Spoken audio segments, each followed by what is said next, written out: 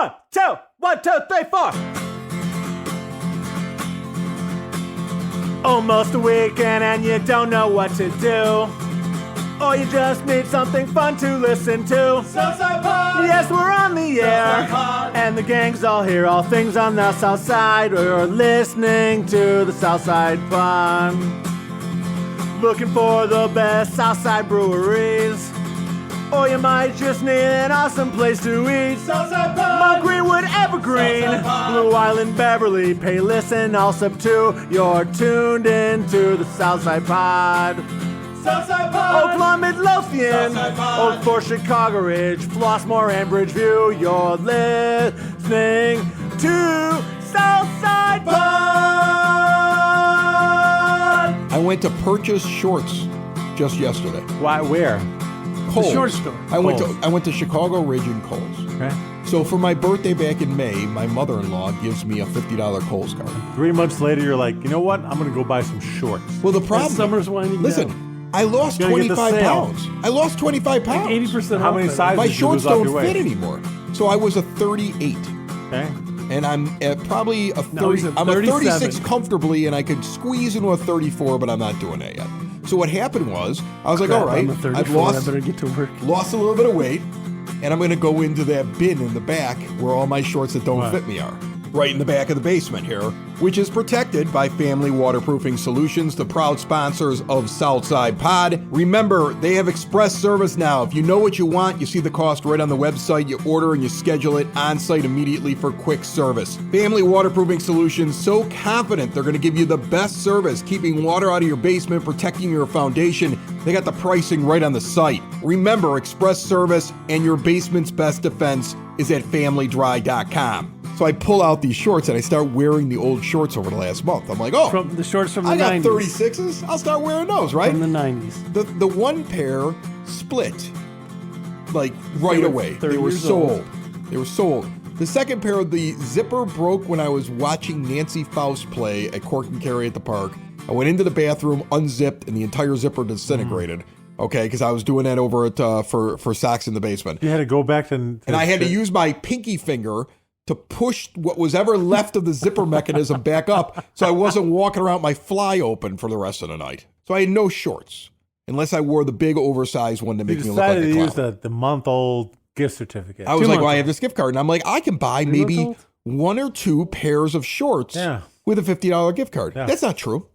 It's not true at all. I went to Kohl's, and the $20 pairs of shorts, the ones that everybody's buying, are meant for people that don't have a butt. No, I mean, seriously. Everybody must be a stick figure now. That's how Where's they it make going these with things. this, Bill? They're almost made out of spandex. Everyone has a butt. No, not everybody has a butt. Some of us just have 2 legs and a hole because that's what the shorts are for. No, seriously, you can't have a curve, man. You can't have any girth whatsoever. You don't fit these things. They're all And made that out of brings us elastic. to the Chris Lanutis new podcast No, on the seriously. Broadcast Basement No, Network. seriously. 2 legs and a hole. 2 legs and a hole. That's The what it's like. podcast about people without butts. Listen, that's what it's like.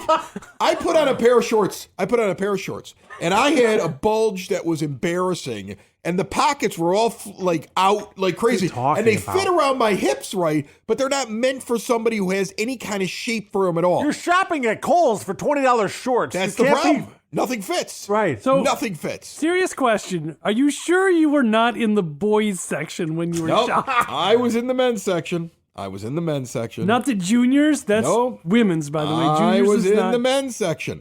So then I had to Can we buy. go back to this whole 2 legs and a hole? Yeah, 2 legs in a hole. The name of the new podcast on the Broadcast Basement On Demand Radio Network. So finally, I have to buy a pair of shorts that's got it's cargo shorts, and they're the kinds that are made normally. Those are $75. $75 Sounds like for a a pair deal. of shorts. Could fit your butt in. I there, bought a so- pair of khakis last month. They had guys aren't supposed to wear cargo shorts. they went all the way down because they were khakis. There was a full This only leg, has like 4 pockets, not like 9. So and those were $40. But cargo shorts were $75. Even with Kohl's cash? Yeah, even with a 40% off, who uses Kohl's cash unless you're somebody who falls for that I crap? did today. Oh my God! How often do you go to Kohl's? It expires in 2 weeks. Like a lot. It expires in 2 weeks. Yeah, but every You time guys need to start shopping at a normal clothing stores. Like what, Bill? Which ones are normal clothing Burlington stores? Coat Factory? Andriana Furs? Like, which one is it? Where do you go to Target? Where do you go shop for clothes? New subject.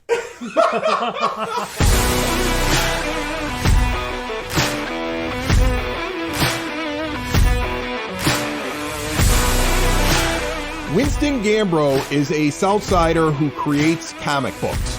Something we've never talked about before on this podcast, but I find it fascinating, the entire thing, from creation to putting it together to getting it out, especially because he's local, but going bigger. So I brought him in here to talk about his latest project and what goes in to being a comic book creator. Winston, welcome to the show. Tell me a little bit about the new project first. Yeah, my new book is called Haunted House, A Love Story, in which a sentient house falls in love with its architect and sole occupant. When the architect falls for someone else, the house seeks vengeance. And it's really just a story about love and grief and different forms of love, all from a haunted house's perspective. Wait, hold on a second. The house is in love with the other person and is angry? Yes. So it's like a love triangle, but one of them is a 3-story mansion. What gets you to this point? Like, do you drink a lot? Are there a lot of hallucinogens? Like, how do you come up with this stuff? Just reading a lot of comic books, not leaving my house a lot. I love that. No, I mean, I think it's cool. Like, here's the thing. Like, when I was younger, I used to doodle a lot. I used to sit around in classrooms and I would doodle. And there was a point, maybe my junior, senior year over at Brother Rice, I would write comic strips. And I don't know if they were funny. They were funny to me. But I had little characters and I would do that kind of stuff. When I look at what guys like you do, I go, man, I don't know where that next step is, but it seems like there's like 25 of them between what I was doing at that desk and what you're doing, because that's a complicated thing to do. So take me through how you progress to being somebody that's putting together these books in comic form. Basic step, if you're writing it, is a script. A comic script will come out looking a lot like a traditional movie script, except broken down into pages and panels rather than scenes. It will say page 1, panel 1, Batman jumps in the Batmobile. Page 1, panel 2, inside the Batmobile, Batman says something snarky to Robin. You have one action per panel, usually dialogue underneath it. From there, you can do thumbnails, which are just very little drawings, usually about like an inch high, if that, where you just sketch out what the final product is going to look like at a much, much smaller scale, so you don't have to redraw it. Once you're happy there, you just get to drawing. And of course, all of this is just with practice, like any kind of art form. You just keep learning. You keep learning from the people that inspire you, whether they be creators or artists or your peers. And every single project, you'll learn something that you didn't know before. So the only thing I know about comic book writers is a Stan Lee documentary that I found and the movie Chasing Amy. Like that's all I got. You've seen that movie. You know you have, right? You're a comic book guy. I actually haven't. I just know the tracer line. Yeah, that's the whole thing. The inkers are tracers. Right, you're a tracer. You're an inker. You're a tracer. Like when I watched that movie, I thought to myself, okay, you need more than one guy. Because when you watch the Stan Lee thing, there was more than one guy. Are you one guy or is there another guy doing it? Or are you doing it all? For the most part, I'm the one guy. Occasionally, I will draw for other people, or if, like, right now I'm working with an amazing artist named Michael Lee Harris, and he has like a very animated, cartoony style that I don't. So I hired him to draw one of my scripts. I look at like a comic strip, kind of like I look at a comedian trying to get to a joke. There's a setup, there's a punchline, there's a timing, and you have to get to it at the very end. With a strip, if you notice, sometimes it's like 4 panels. Some of them do it in 2, some of them do it in 1, some of them do it in 5, but let's say it's 4 panels. And they know they got their 4 panels, they got to set it up, they got to get to the end, they got to hit the punchline, and then they move on to the next day. And a lot of comic strip people in newspapers, at least that's how it used to be when I was younger. I don't know if it's like that now, because who looks at a newspaper? You could put all their comic strips in an order, and then you have a comic book. They'll send out a thing. Like we used to have the complete collection of Calvin and Hobbes in our house. Like every time it was just like, okay, here's my year's worth of comic strips. It makes a comic book. On the other hand, when you make the books that are the traditional comic books, or you make the graphic novels, or you make the things that are really thick, there's so many different things.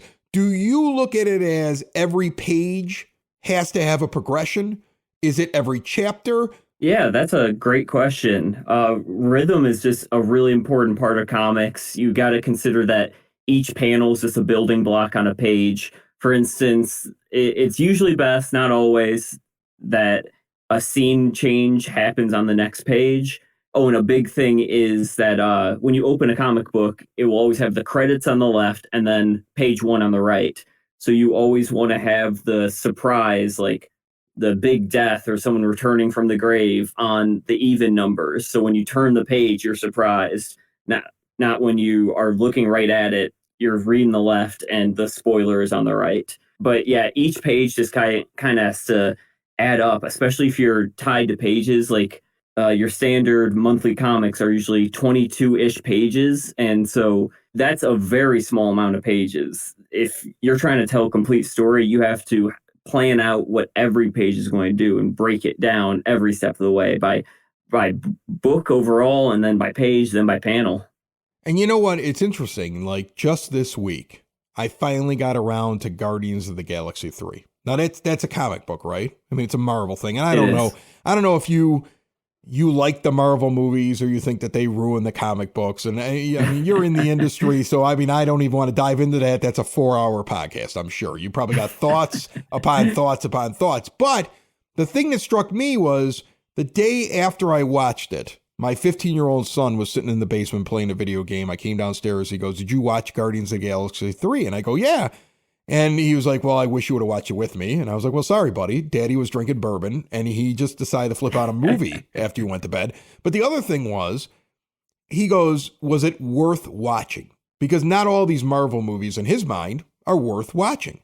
And I described it to him as I felt like it was almost like a love story by James Gunn. Like he looked at it and said, "I want to finish my trilogy." And I felt like that movie looked like a comic book. They don't always look like it, but he had his surprises.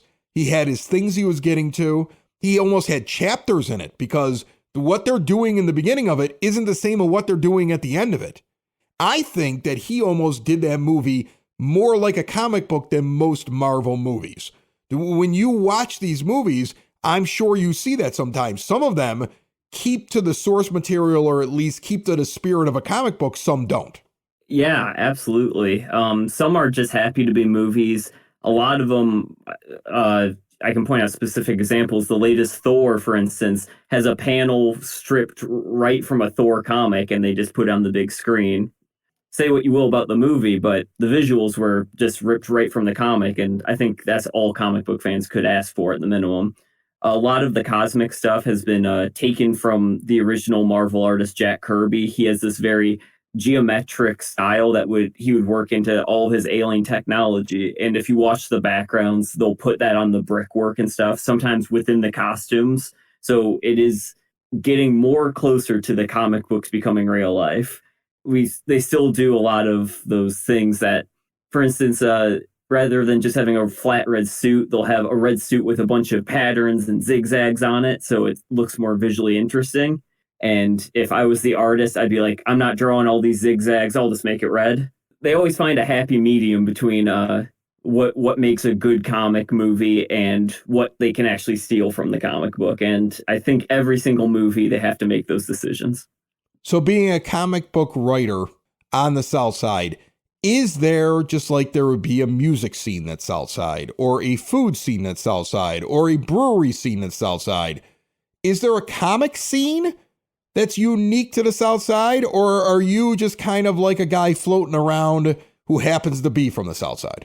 No, there's definitely a comic scene down here. Thankfully, I do a lot of art shows through the Street Art Alliance, and a lot of them are within the South Side. And I'm seeing a lot of the same faces becoming friendly with the artists, which we trade comics all the time, trade tips, suggest cons that we can go to all along the South Side. So there is a great and growing scene that it is all very friendly, very kind people that are willing to help each other. Where do you get the books sold at most?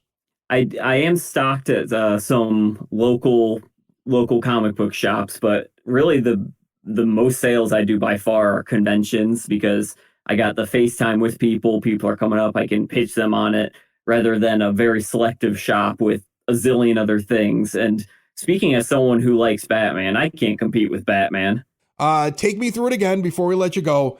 The names of the comic books, the series, what they should go out and get. What are you most proud of? I know you have the new thing, so give them the new thing because you want them to check that out. And then if they want to see something you've done before, give me one more thing that you've done before that maybe they should also check out as well, and how do they get it? Okay, cool. My new book is called Haunted House, A Love Story. You just go into any major comic shop and just say, I want Haunted House, A Love Story, and say it's through Blood Moon Comics, and they'll be able to get you a copy. It's awesome. It's spooky. It's only 6 issues long, and you won't have to buy 100 other comics to read it. And then my other big thing is a cyberpunk mystery that I'm really personally attached to, and it's all found on winstongambro.com. Man, kudos to you. It's really cool, and I appreciate you jumping on here, and anytime you want to talk about what you're doing, you let us know. Thanks, man. This was amazing. So good meeting you, Chris. I have a confession to make. It's true, and I'm guessing you have done the same thing. Put more time into thinking about what's for dinner than preparing for your retirement. But if you think your retirement needs deserve more attention, I agree with you, and I want to help you out. I've got a local, experienced, down-to-earth guy who's a friend of this show. He's got a get-to-know-you approach and do the right thing values, and he's been around for over 20 years right here on the South Side. His name is Tom Walsh. He's located on the corner of 111th and Kedzie, and he's waiting for your call. In times of financial uncertainty, how can you stay on track? Call someone who's invested in your success. Reach out to Tom now, 773-779-0023, or pop in at the office right on 111th and Kedzie. Tell him we sent you. Edward Jones, Making Sense of Investing, member SIPC.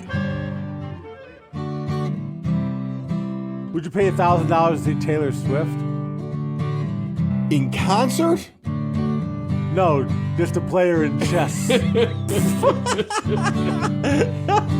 No, I wouldn't. But you love singing Taylor Swift. It feels like a perfect night to dress up like hipsters, make fun of our exes. It feels like a perfect night for breakfast at midnight to fall in love with strangers.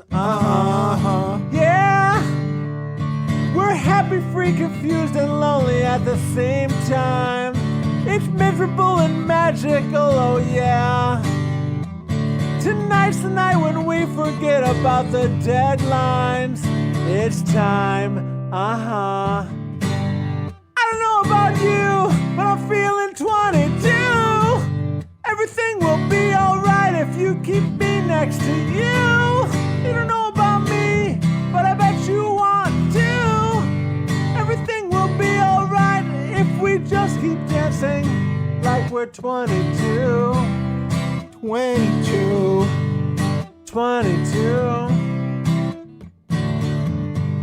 2200 for section 2, third row, right?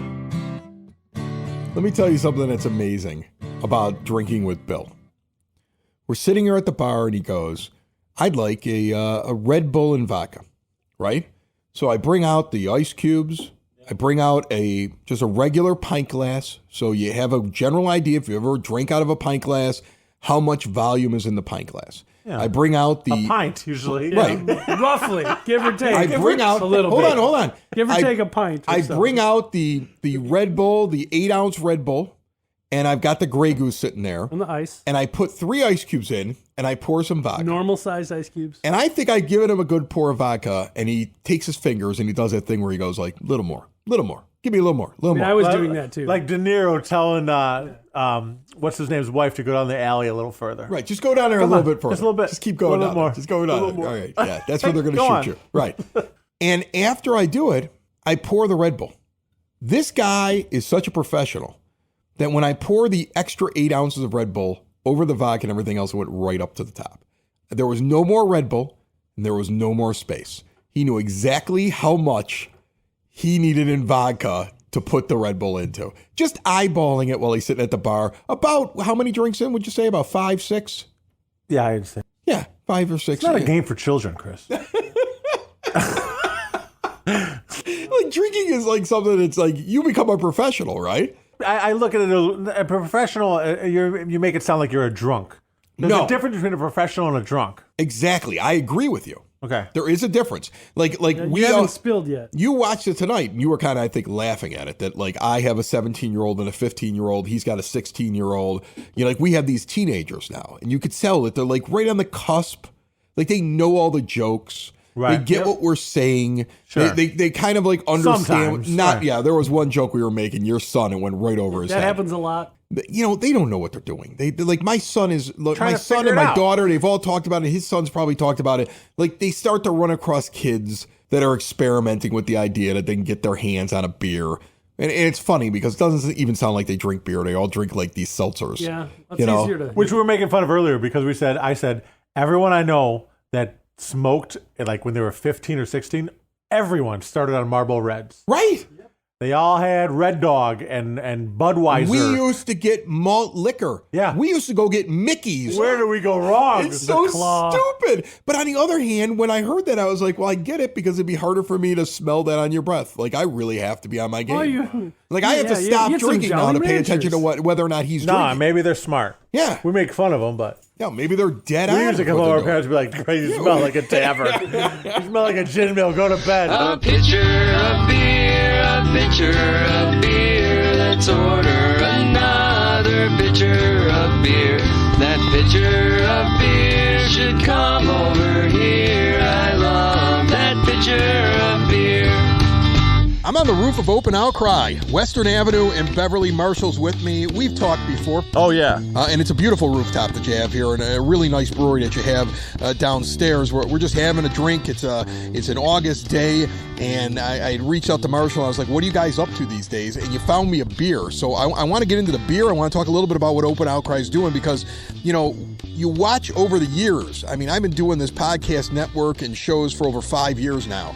And I've watched you guys almost from your infancy just kind of take different steps and stages. And you see with a lot of breweries and restaurants and things around the South Side. So I kind of want to get into that too. But what are we drinking here first of all? So you've got the Nelson. That's our newest hazy IPA right now. So the main thing with that one is he's using the New Zealand style hops. It's called the Nelson is the hop. So it's got a little bit of citrus to it. It's got some, I believe it's gooseberry in there too. Yeah, it's nice. It's as far as our hazies go. Yeah, it's cloudy. There you go. Yeah. But it's got it's got a sweeter edge to it. That's what you get from that Nelson hop. That was the thing he really tried to work the beer around. We do the things like we got the Delirio and we have the Citrium, and then he got an order of that Nelson and he was really trying to experiment with that one. If it isn't a milkshake IPA, it gets close to one, doesn't it? Just because of the cloudiness and how thick it is. Yeah, but it's not exactly. It's a hazy, you would say. Yeah. Right. Yeah. The New Zealand style is always going to be on the cloudier side as opposed to something like a West Coast. But yeah, with that one specifically, it's more like you get juicier notes, stuff like that in there. That'll make it all New Zealand. Oh, it's really good. I mean, it's got a lot of flavor to it, like that citrus flavor. Something I learned here, I think, was the first brewery I learned this at. They're not adding citrus. The hops gives you that flavor, yes. right? Yes. Yeah. It depends on what you do, and a lot of people, like you say, milkshakes especially, they'll add, there's so many adjuncts that go into it after effect. But yeah, for a lot of the ones, especially the ones that we do, our hazies, the citrus is all coming straight out of those hops too. So it's like it's an additional flavor, but it's not like it's an added additional flavor. This brewery, Open Outcry, I remember when it first opened, and the feeling I got from your owner, John Brand, who's been on this show before, was he was opening a brewery. Yes. That was the whole idea. You were coming in here, and you were going to get your beer, but you were going to get it here, right? That's where we start. You came in here, you tried different beers. The focus was the beer. If you wanted to bring home a growler or a can of something or something like that, they would do it right there behind the bar. Exactly. You got a mug club. And then you had like a separate business that did food out of like a food truck type setup. Like Correct. it was a permanent food truck. Then the pandemic hits, and you became a restaurant. Probably out of necessity. Yeah. You were still a brewery, but you became like a restaurant. And then I want to say about a year ago, I remember talking to John, and he's like, I want to get back to what I started. And now it's brewing beer. This place feels more like a brewery. I mean, it's still got good food, Sure. But it's set up almost like a brewery again along Western Avenue. That's more of what your focus is the beer. You've got beer on shelves. He's driving all over the place in a delivery truck and spreading it all over the Chicagoland area. Take me through this transition, what it's been like for somebody like you that's been here pretty much since the beginning. Yes. So it's an interesting story for sure. Like back in the beginning, John started out as he was a home brewer. He was a big finance guy, but he had a passion for beer and selling things like that. And so started working, doing a couple of recon at bars, like learning the business, how it works before he started taking this place over. And then the other thing was, on top of all that, learning how to run a kitchen was just going to be an inefficient use of time. So he had the space. He said, instead of me telling a guy how to run a kitchen that I don't know how to run, we're going to run it like two different businesses. And that was what we did for a while. But then as the years go on, you get more comfortable with what he was doing on our side of on the end. He was learning more about the restaurant and the kitchen and all that as it went along. And it's probably a dependency. Let's think about it. When the pandemic hit, remember, breweries had it really tough because all you're trying to do is get people to get takeout beer, right? Yeah. And then the world opened up just enough that you weren't doing that anymore, right? And so it kind of hurt them. And having the food aspect, that was probably one of the things that kept this thing going. Absolutely, yeah. It was crazy because it was, like we had the 32-ounce crowlers, like you said. We weren't doing anything six-packs like what we're doing now yet. So it was, everything we made was beer was fresh on tap. We were pouring it into crowlers, 32-ounce crowlers ourselves, sealing them behind the bar. And then those are good for anywhere between, 3 to 4 weeks, depending on the beer that you get. And the thing with that was nice. And, people loved to come in and get beer, but it's like, getting a beer alongside two pizzas and an appetizer or something for the kids to bring home, like that was what changed the game completely. It was like, we got our loyal customers and people were coming in every now and then and stopping for beer, which is nice. But yeah, having the food just it definitely changed the game for us, which was a huge part. And he knew that too. That was why. Oh, it was a big deal. The kitchen was always going to be essential, but like I said, it gets away from what the original goal was, right? He was a home brewer. Oh yeah. He was like, I want to start brewing beer. Right. Now I got this brewery. The brewery happens to be along Western Avenue, which is a very populated area where people it's not like you can put it in a warehouse and just have a tap room. It had to be more than that. Yeah. But like now the roots are here. Like you've had the same brewer for coming up on 2 years, same head brewer. Yes. Okay, that originally was over at Moore Brewing, came over here if I remember right. So Eric Padilla's been here for a while, and then he's got his shelf basically done now. I've heard brewers say that. Like, they know what their big ones are, their year-round ones, what they're probably going to do for certain seasons, and if you're going to start putting it on a shelf, you know which ones people are going to respond to that you can go out and that you can sell. So it's come a long way, I would say, especially in the last year and a half or so. Oh, absolutely. Yeah. And that was always, I want to say, was part of the initial plan from the beginning, was John wanted Open Outcry beer in liquor stores and stuff like that, but taking a brand new beer off the market and throwing it into a store is not going to do well. What you had to do is you got to build the brand up. You got to make beer that people know, that people like, so that when they're out somewhere else and they see it, that's when you go, I've had Speculator before, I'll take a 6-pack. Right, exactly. Yeah. Exactly. So what's the summer like right now? I mean, and what does it feel like getting back to that, like, brewery, like Main Things Brewery? I know you guys love your food. Your menu's really good. I'm not poo-pooing the food, but I do think it's kind of cool to see the path that you guys are on right now. Yeah. And you're knocking out things like this, which is really tasty. Yeah, leaning more into the beer, like you said, has definitely been something they focused on for sure in the last, I want to say, 6 to 12 months.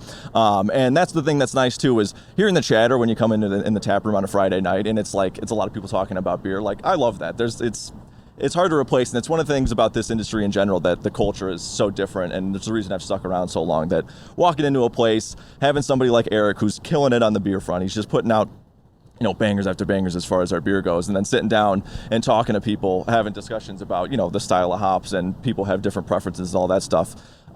Being able to just I don't want to say sell in a negative context, but it's just like, you're talking about beer and to talk about right. It's the idea of sitting there and like having a discussion about like, where it came from, why it tastes the way it tastes, getting people's feedback on what they have, comparing it to other ones that they've had. I mean, that's really like the roots of like having a brewery. That's why people open breweries. Oh yeah. And that's what, because it's, and the being able to see it be done is, I would say, is an interesting part too. Like if you come in on a Wednesday afternoon and the whole tap room smells like grain because you can see Eric in the back and he's throwing everything in there, like that's a fun aspect of it too. But yeah, it's like, the more you talk about it, you're sitting there having a discussion with somebody and just like, actually, the more you talk about it, my mouth is watering as we speak. He's like, why don't you pour me one of those? And then you bounce around. That was another thing too, is I didn't know, when I started working here, I was 21, like I was drinking as cheap as I could get and sitting around talking to people, and I was like, I didn't know beer was actually allowed to taste good. And then the more you do it, the more you're like, there's the interest. I've come a long way from Red Dogs myself, my friend. God. I think that was the first thing that I was drinking. And I was ahead of the curve too, because my friends are still like on the fence. Because my fridge at home is basically all craft beer now. Yeah. And when people come over, I'm like, dude, just please give me a shot. Like, give this one a try. I know what you're used to drinking. I guarantee you this is better. You know what I mean? What's the beer then for you right now? Somebody comes walking in, they're like, you know, either they're a craft beer aficionado or there's somebody that's like, I'll just try anything, man. What do you want to put in front of me? What do you take out and put in front of somebody right now? You're putting me on the spot as far as like... Just say this one. Yeah. Just go with this one. What is it called again? That's the Nelson. All right. So that one we're not canning yet, but that one I'm talking about when they come walking in here. Yeah. All right, yeah, because you got a whole selection of things. These two are my probably two favorite on the menu right now. I mean, I love stouts too. Good job. Just dive on the two that are sitting on the table. Yeah, right. That's what you're doing there, bro. Well, so the other one we just tapped too is called the Cat Toupee. So it's a West Coast style Pilsner. So it's same thing. It's light like a Pilsner, but he did dry hop it. It's got some of the Simcoe style hops in there. So it's got a little piney flavor to it. It's got more of a West Coast style, but it's still light. It's not going to be, overly bitter or anything like when you're used to drinking IPAs. So it's another one like it's a path along the step between regular beer drinkers and craft beer drinkers, which is, like I said, it's a lot of the circles that I'm in are one or the other, and I'm trying to be like the Venn diagram square in the middle that's trying to connect the two.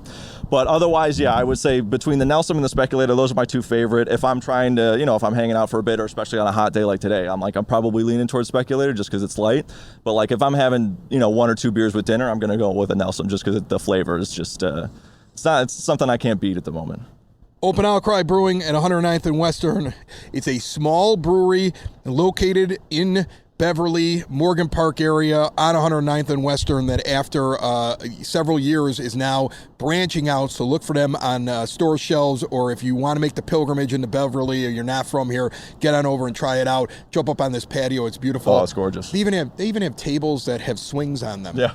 Yeah, which is crazy. Right. Like, I don't use that. I got a bad back, and I'll fall off after a couple beers. But, I mean, it's fun for the kids. Oh, yeah, everybody loves it. We got one downstairs. 35-year-old women seem to love them as well. That's Every the time I come in demographic here, you that's learn. what it is. Oh, yeah. Kids and 35-year-old women. You're hitting the nail right on the head with that one. That's exactly who it's for. And people love it, like it's a lot of people take a look at it, they go, that's awesome, maybe not for me. Yeah. But everybody else who sits there, it's like, we had the three of them in the tap room. Those were the first seats gone Friday through Sunday. Like, it wasn't even a question. It was just like, those were filled in immediately, and then everyone else kind of had to either wait on the side, like, do you know if the swing table's opening up anytime soon? And we're just like, well, we'll give it a couple more minutes. We'll see what happens for you. Marshall, thanks for having us. Hey, cheers.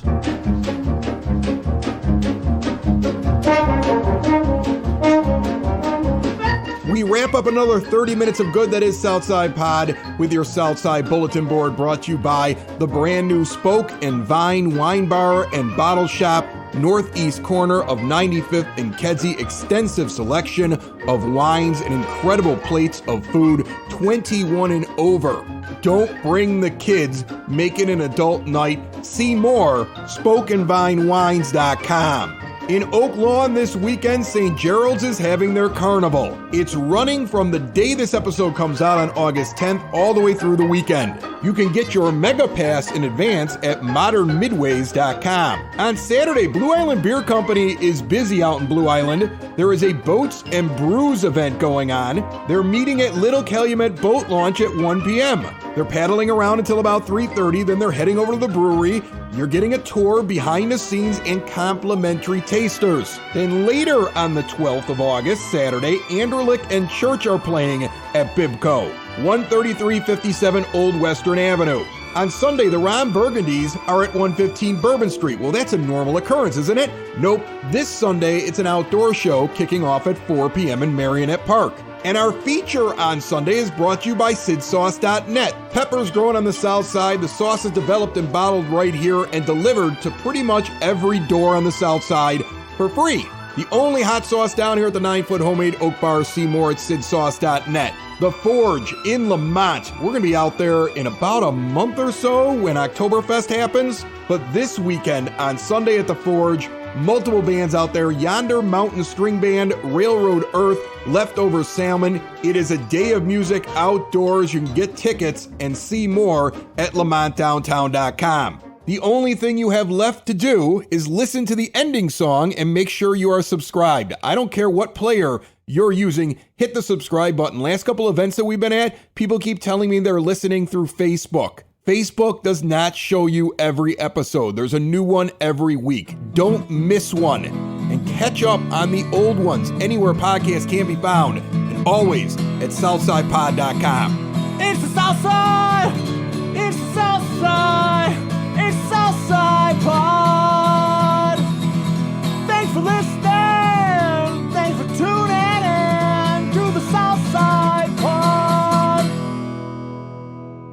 Y'all come back now, you hear?